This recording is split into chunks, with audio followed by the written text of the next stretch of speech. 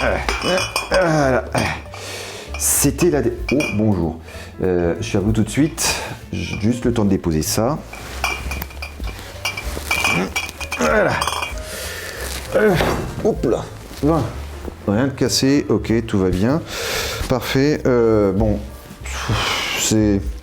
J'étais en train de ranger, c'est que les étudiants ont fait la fête toute la nuit. Bref, voilà, maintenant c'est un petit peu plus vivable. Le bar a de nouveau un visage humain. Et maintenant un petit réconfort.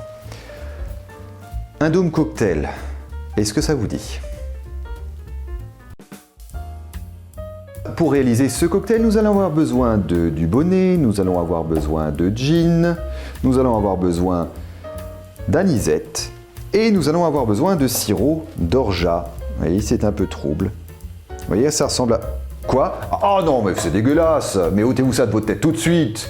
Bon, bref, c'est de nouveau un cocktail qui se réalise au shaker. Voilà. Du coup, vous savez ce que ça veut dire. On remplit à moitié de glace.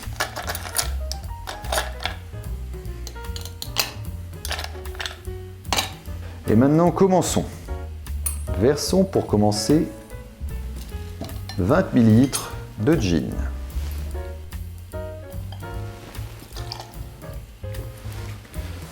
Continuons. 20 ml de Dubonnet. 10 ml, donc à peu près les 2 tiers de ça, d'anisette. Voilà.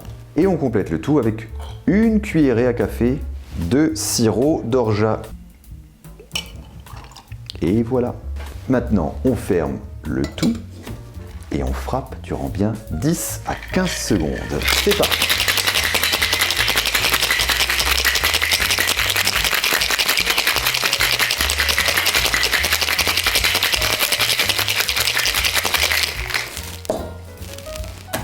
Pour ce cocktail, on va utiliser un verre apéritif fraîchement refroidi.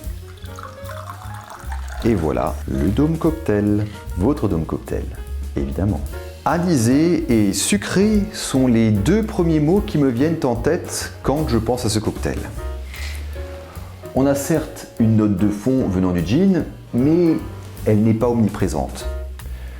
Du coup, je le conseille surtout pour ceux pour qui ce serait la première expérience d'un apéritif à l'anis et à boire frais, évidemment. Maintenant, que sait-on de ce cocktail?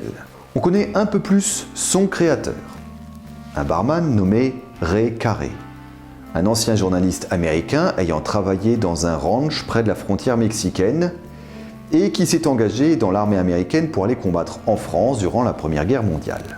Puis, apparemment, plutôt que de revenir au pays, il a décidé de s'établir à Paris, où il est devenu barman en chef au Café du Dôme. Ah, le Café du Dôme. Rien à voir avec le restaurant de classe mondiale que vous connaissez, spécialisé dans les plats de fruits de mer et servant des vins et boissons de haut standing. Non, au début, en 1898, l'établissement fondé par Paul Chambon n'était apparemment qu'un simple bar en zinc avec une terrasse, même s'il est rapidement devenu un lieu de réunion d'artistes et d'intellectuels. On parle notamment de Paul Gauguin, de Max Ernst, d'Ernest Hemingway, de Fujita et de Khalil Gibran. Avec l'afflux de touristes américains à Paris, le quartier de Montparnasse s'est métamorphosé. Le café La Rotonde fait peau neuve en 1921. Au 10 rue de l'Ambre, le Dingo, dont nous reparlerons certainement, s'américanise en 1923. En 1924, c'est le Dôme lui-même qui est rénové, sans compter en 1925 l'ouverture du Select et en 1927 l'ouverture du café La Coupole. Ce faisant, pourtant, le quartier se tourne vers les clients américains et s'est progressivement détourné de ses anciens habitués que sont les artistes et les philosophes. J'espère que vous avez apprécié cette vidéo du Dôme Cocktail. Parlant du cocktail et surtout de l'établissement dans lequel il est né. Si c'est le cas, vous savez quoi faire. Prenez l'abonnement, activez la notification et laissez un petit commentaire si l'envie vous en dit, bien entendu.